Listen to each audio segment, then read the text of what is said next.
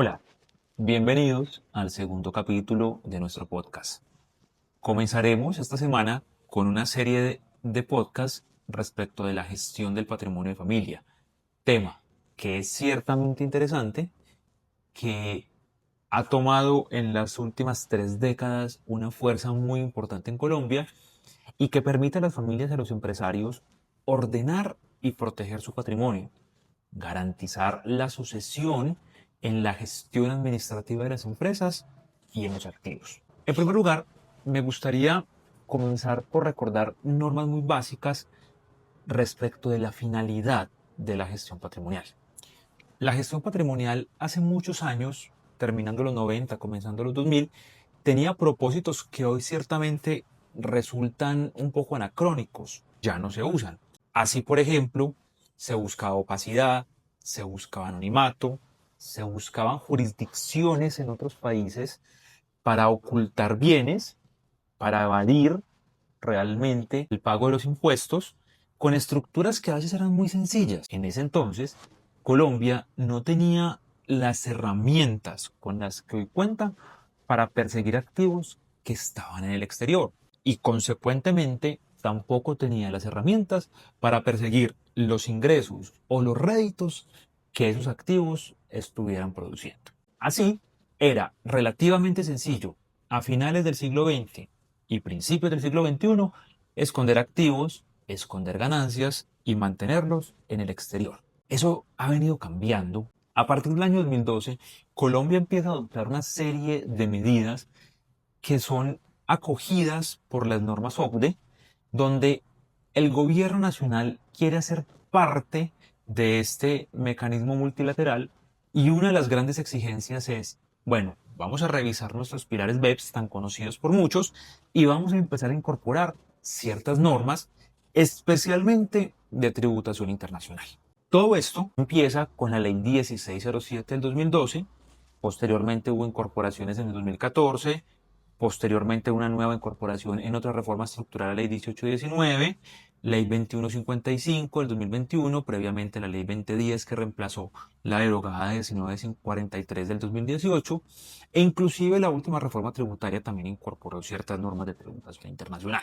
Hoy en día las tendencias patrimoniales son diferentes.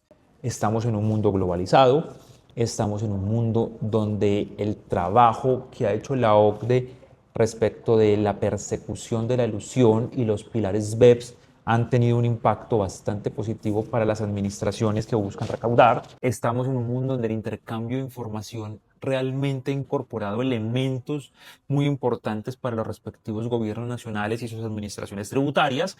Hoy en día es muy factible que una jurisdicción sepa qué se tiene en otro país. De hecho, como todos ustedes saben, han explotado una serie de escándalos, entre comillas, que pueden ser o no escándalos, como los Panama Papers, como los Pandora Papers, entre otras. Todo esto para decir que hoy la tendencia es diferente. De hecho, el cambio cultural, la inteligencia artificial que es relativamente nueva en nuestro mundo, pero cuya explosión no tiene más de 2 o 3 años. Ese montón de elementos hacen que la gestión patrimonial hoy deba ser vista de una forma diferente a como se gestionaba hace 20, 25 o 30 años.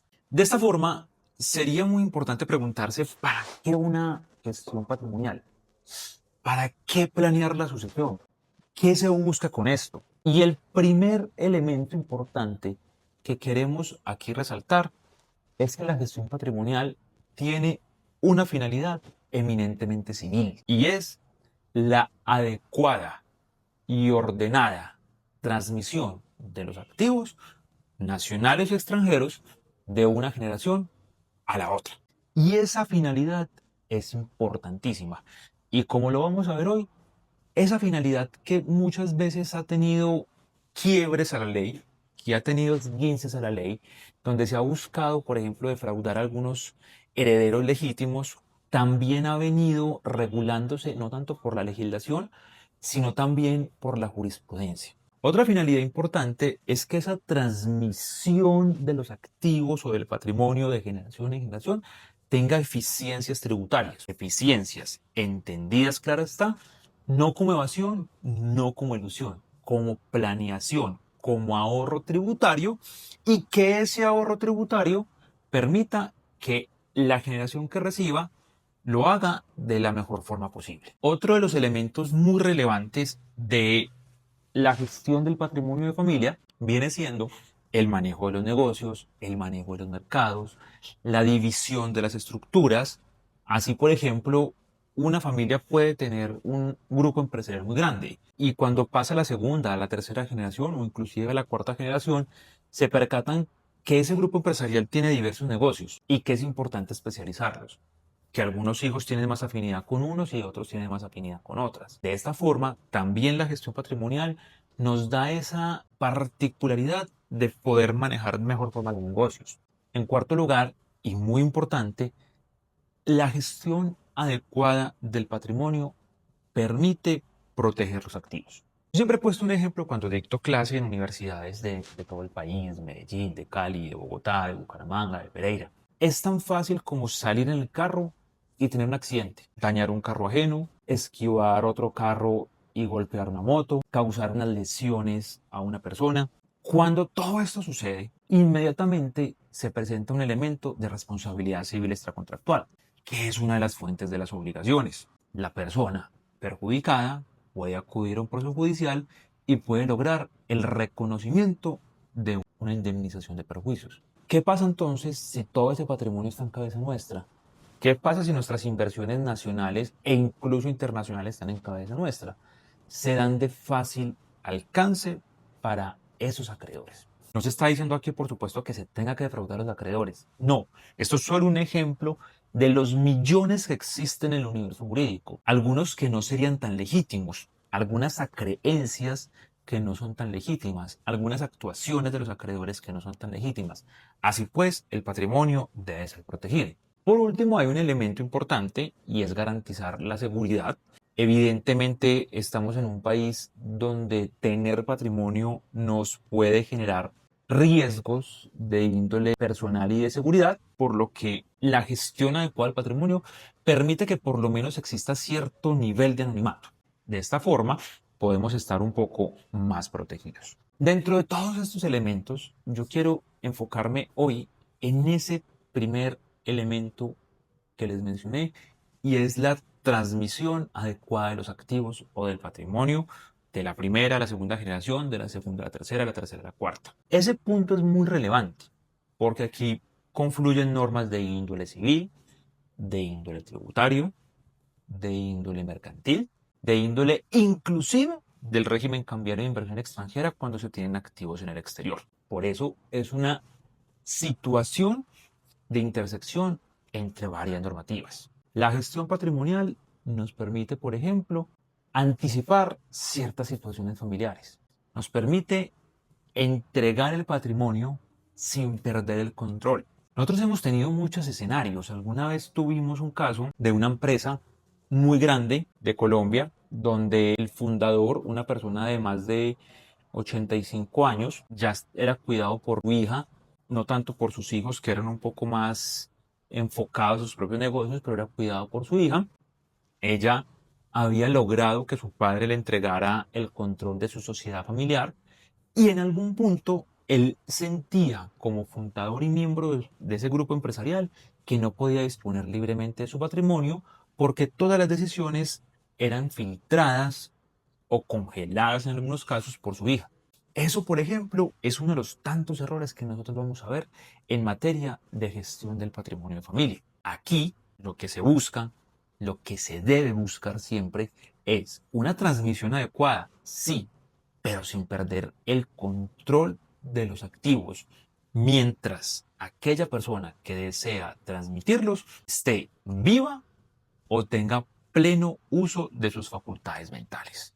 De igual forma, la gestión del patrimonio de familia permite de una forma muy ordenada evitar conflictos entre herederos. Aquí quiero poner un asterisco grande que vamos a desarrollar un poco más adelante y es esa posibilidad de evitar conflictos no va a significar bajo ninguna circunstancia ignorar a ninguno de los herederos legítimos.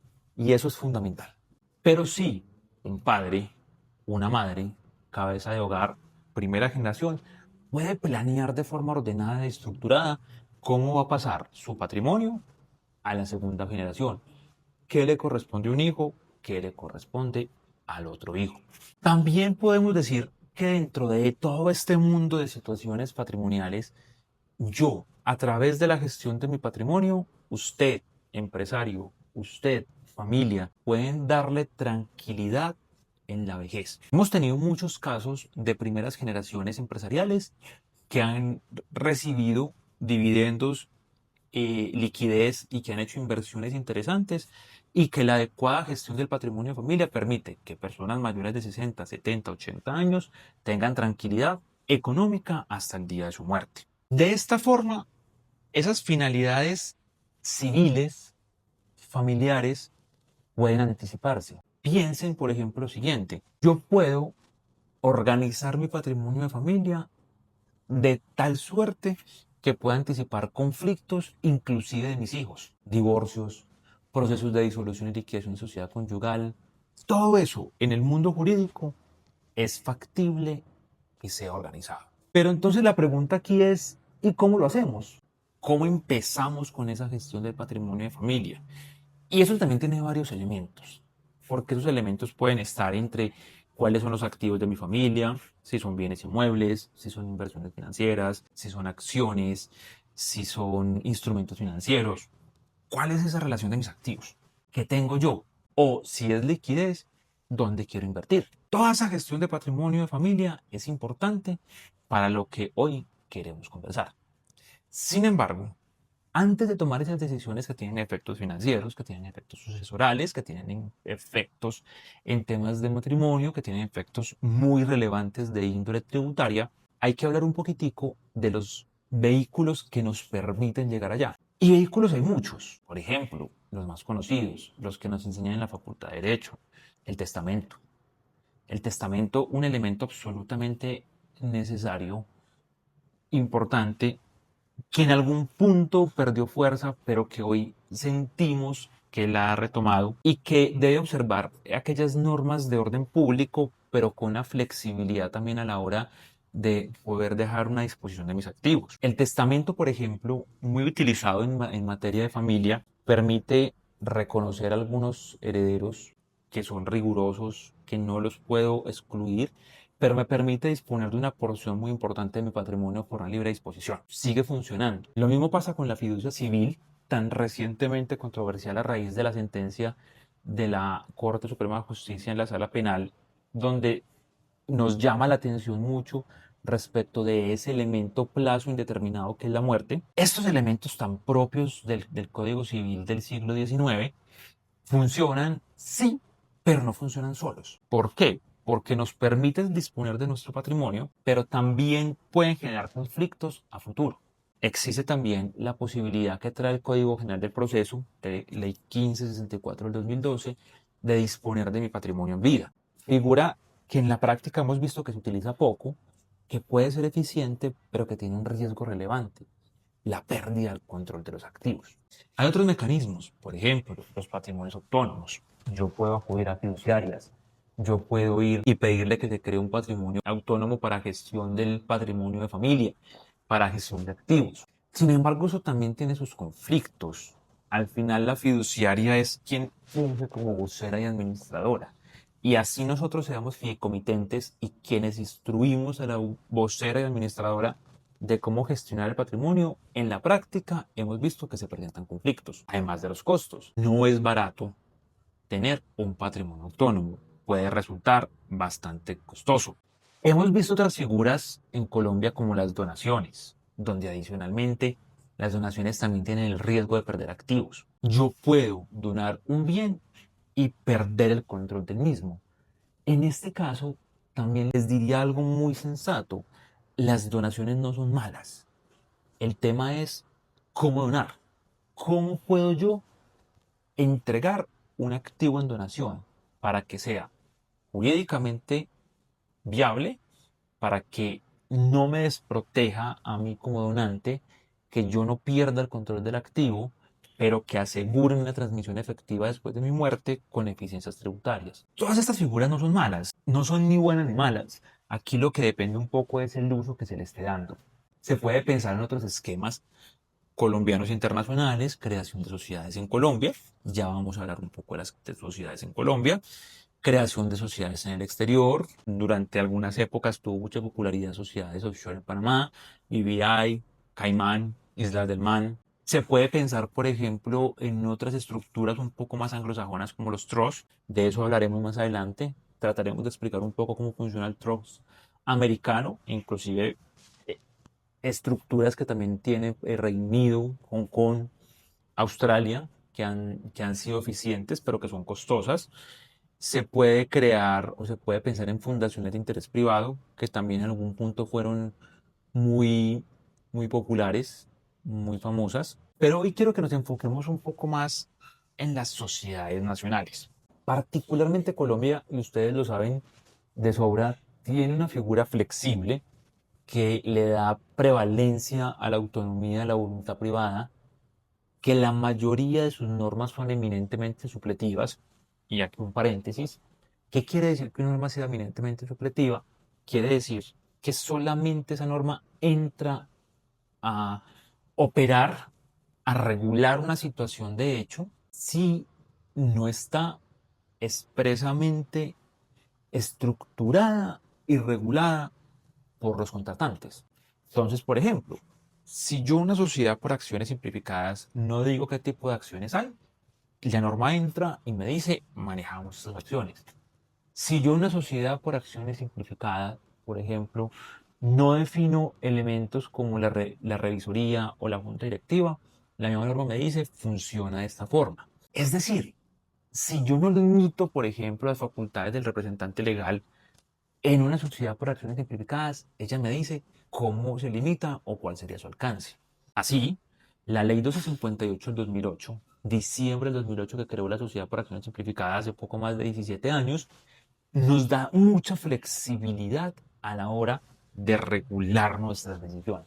Es un elemento evidentemente poderoso, es una herramienta importante que nos permite crear reglas claras, pero que esas reglas claras sean flexibles para lo que necesitamos. Nos permite crear gobiernos corporativos, nos permite crear protocolos de familia, y aquí lo puedo decir a la medida de la necesidad de cada grupo familiar. Permite que la primera generación o la generación que está transmitiendo el patrimonio no pierda el control de los activos, absolutamente fundamental. Permite gestionar negocios, optimizarlos, que sean más eficientes. Permite, por ejemplo, un elemento muy, muy interesante a mi juicio, y es acomodarse a la evolución no solamente del derecho, sino de la sociedad, que hay nuevo, que ha quedado obsoleto, hacia dónde va el mundo.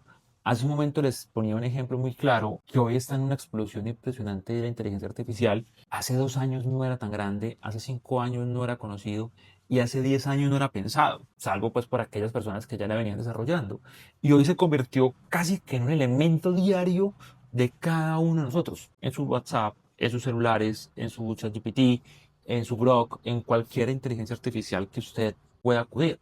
Asimismo pasa con el derecho, y así mismo pasa con el patrimonio. Debemos escoger estructuras que nos permitan acomodarnos a esa evolución, a ese cambio de la sociedad. Y la ley 1258 es bastante flexible con ese elemento. Claro está, tiene sus límites.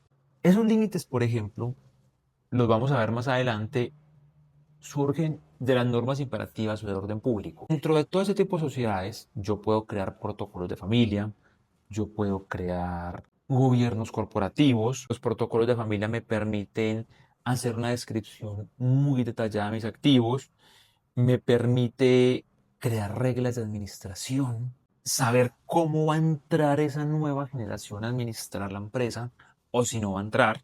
Hay casos, por ejemplo, donde los miembros de la asamblea de accionistas, es decir, los accionistas de una sociedad operativa, definen vía protocolo de familia que ninguno de los miembros de la familia va a estar como miembro de junta directiva, o va a estar como representante legal, o va a estar como gerente de mercadeo o gerente de ventas, y prefieren explorar a terceros. Es perfectamente viable.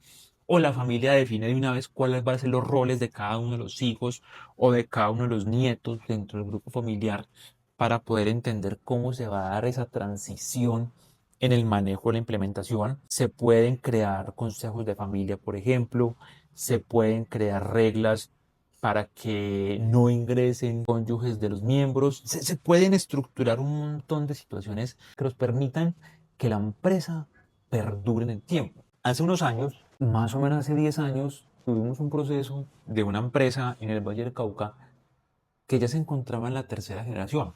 Dos hermanos la fundan, posteriormente pasa a los hijos de cada uno de los hermanos, es decir, era una sociedad entre primos, dos grupos familiares, y posteriormente pasa a nietos. Era un grupo más grande.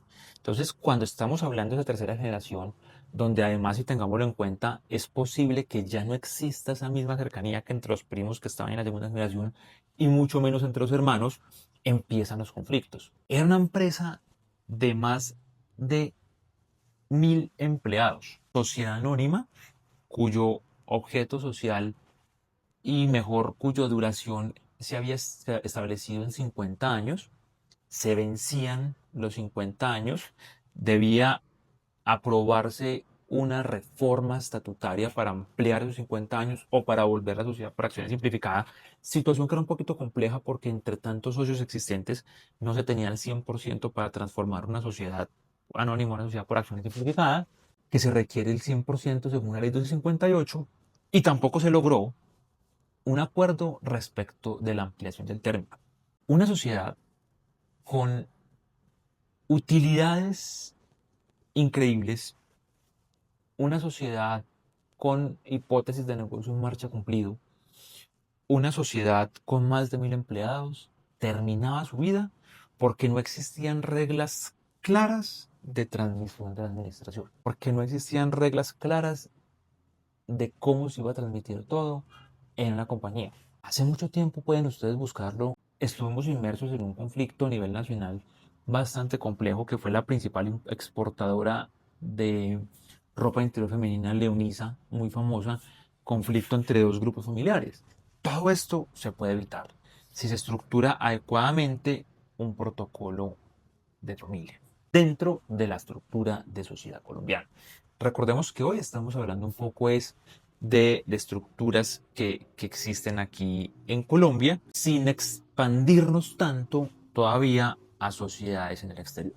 Ahora, ¿por qué esta ley 258 resulta tan interesante o qué elementos resultan tan interesantes allí? Hay muchos, pero yo quiero centrarme en uno, y es en la posibilidad de crear cualquier tipo de acción y entregarle a esa acción los derechos políticos y económicos que acuerden los constituyentes de la sociedad. Ese elemento relevante, muy relevante, permite dar flexibilidad en el momento de estructurar las acciones. Yo puedo generar acciones preferenciales, puedo entregarle algunas acciones unos derechos prevalentes política o económicamente sobre otros, puedo crear acciones que tengan algunos derechos activos y algunos derechos suspendidos, puedo crear acciones que mejoren sus derechos cumpliendo algunos objetivos, puedo crear acciones que solamente se activen a la muerte de los fundadores o de la primera generación. Yo puedo, entre comillas, y llamémoslo de esa forma no técnica, jugar con el querer de las familias, con la voluntad de las familias.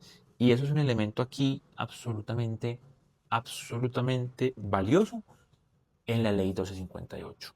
No obstante, eso debe tener algunas limitaciones relevantes. Entre esas, la primera es que no puede ser la ley SAS ni ninguna estructuración dentro del mundo jurídico una herramienta para defraudar a terceros. No puede ser una herramienta para defraudar a acreedores. O no puede ser una herramienta para defraudar otros herederos legítimos. Tampoco puede ser una herramienta para defraudar al Estado. No puede ser una herramienta para defraudar a la administración tributaria. Debe ser una estructura con una gran flexibilidad, pero flexibilidad no significa ilegalidad. Y me quiero detener en un punto aquí, y es en las normas de sucesión. Recientemente se notificó y se hizo pública una sentencia de la Superintendencia de Sociedades donde se presentaba una situación donde un grupo familiar, mamá, varios hijos logran crear una sociedad con un poder general de la madre. Ese poder general de la madre hace que ella aporte los activos a la compañía, reciba unas acciones y luego ellos, valiéndose de operaciones artificiosas, logran que la madre les entregue sus acciones a unos valores mucho, mucho menores de los comerciales de los activos. Se da una discusión muy interesante ahí, porque ese beneficio de entregar las acciones no fue para todos los hijos, fue solo para unos. Los hijos que quedan afuera deciden demandar. La discusión interesante aquí es si la persona que en ese momento hace el aporte en vida a la compañía podía disponer de ese patrimonio, porque todos sabemos que los derechos hereditarios nacen solamente cuando el causante fallece. Y esa fue en parte la defensa de los demandados, de los hijos que se quedaron con las acciones y por ende de forma indirecta con el patrimonio. Las supersociedades, en un análisis que en mi criterio es válido, plantea que es que aquí no se está discutiendo tanto si ya nació el derecho de herencia o no, sino qué debe analizarse si la sociedad fue creada con el único propósito de defraudar a un tercero. Y eso es el punto de partida. Esa es la nuez del asunto. Ese es el quid que tenemos que pensar acá. La sociedad fue utilizada para defraudar a terceros y concluye la superintendencia que sí. Para no hacerlo muy largo, la superintendencia señala que la sociedad se creó con el único propósito de evitar una sucesión de forma ilegítima. Porque aquí hay un paréntesis. Es legítimo evitar la sucesión a través de sociedades. Absolutamente. Pero no es legítimo utilizarla para excluir a herederos. De esta forma, entonces, volviendo a nuestro caso, la Superintendencia de Sociedades define que al utilizarse la sociedad con el único propósito de defraudar a los otros hijos, no existe propósito económico, no existe propósito comercial, no existe un propósito real diferente a ese acto de aporte de la madre en los activos de la compañía está viciado en nulidad absoluta. Qué importante este punto, porque la superintendencia no define que toda la operación está viciada en nulidad absoluta. La superintendencia no señala en ningún momento que la creación de la sociedad deba también declararse nula absolutamente o que se deba levantar el famoso velo corporativo. En este punto lo que señala la, la superintendencia de sociedades es que ese acto jurídico de aportar bienes y de recibir acciones viola normas de orden imperativo, normas de orden público y por ende debe devolverse todo al Estado. Vamos más adelante a hablar un poco sobre cómo interactúa estas sociedades con el exterior. Pero si ustedes se fijan, hoy por ejemplo, las sociedades por acciones simplificadas que ya hemos mencionado y que le hemos hecho bastante apología, son herramientas muy eficientes, muy efectivas, con grandes propósitos económicos, pero que tienen límites, como los que acabamos de ver. ¿Qué es mejor entonces? ¿Un testamento, una fiducia civil, un patrimonio autónomo, una sociedad por acciones simplificada? La respuesta general puede ser que depende. Depende de lo que se quiere, lo que se busque, de la voluntad de las familias. No hay respuestas predeterminadas. Sin embargo, también podemos decir, con poco riesgo de equivocarnos, que en la mayoría de los casos siempre será un poco más aconsejable las sociedades que el testamento, que la fiducia, que el usufructo, que la donación, que el patrimonio. En todo caso, señalando que estos pueden interactuar. Yo puedo interactuar con un testamento, con una sociedad, con un usufructo, con una donación, con un patrimonio autónomo. Todo esto puede interactuar, no son excluyentes. No es que yo tenga que escoger uno y otro. Y se insiste aquí que eso depende mucho del querer o de la voluntad de las partes. Para que resumamos, ¿puede una persona natural, física, como nosotros, con un patrimonio, entregar vía aporte las acciones a una compañía, entregar sus activos, recibir acciones, reorganizar esa composición accionaria, repartir las acciones entre sus hijos o repartir los activos entre sus hijos con acciones asociadas, lo puede hacer sin perder el control de la compañía, lo puede hacer dejando reglas claras de qué le corresponde a cada uno de sus herederos, lo puede hacer siempre que no deje a ninguno por fuera, siempre que no vulnere los derechos hereditarios legítimos de ninguno por fuera, lo puede hacer. Puede utilizar la sociedad para que gestione el patrimonio, se puede hacer. Puede crear gobiernos corporativos o protocolos de familia para definir cómo va a ser el proceso de administración cuando fallezca, se puede hacer. Todo eso está dentro de la flexibilidad muy interesante de la norma SAS, que además, insistimos, debe ser flexible porque el mundo está en constante evolución y porque lo que hoy es, mañana estará obsoleto y habrá algo nuevo. Todo eso se puede hacer. Estas herramientas que acabamos de conversar hoy, única y exclusivamente respecto de la sociedad por acciones simplificada, va a interactuar con otras normas. ¿Cómo interactúa eso, por ejemplo, con la norma tributaria? Entonces, ¿cómo funcionan los aportes? ¿Cómo funcionan los aportes en especie de un activo a una sociedad desde un punto de vista mercantil? Y cómo este va a interactuar con la norma tributaria del artículo 319. ¿O qué pasa si hacemos una fusión, una cesión? También podemos conversar un poco.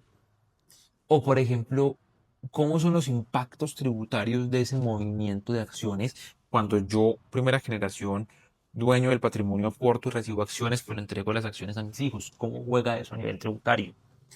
¿O qué pasa, por ejemplo, si yo tengo activos en el exterior? ¿Cómo funciona eso del régimen cambiario de la inversión extranjera? Todo eso lo vamos a ver en los capítulos siguientes.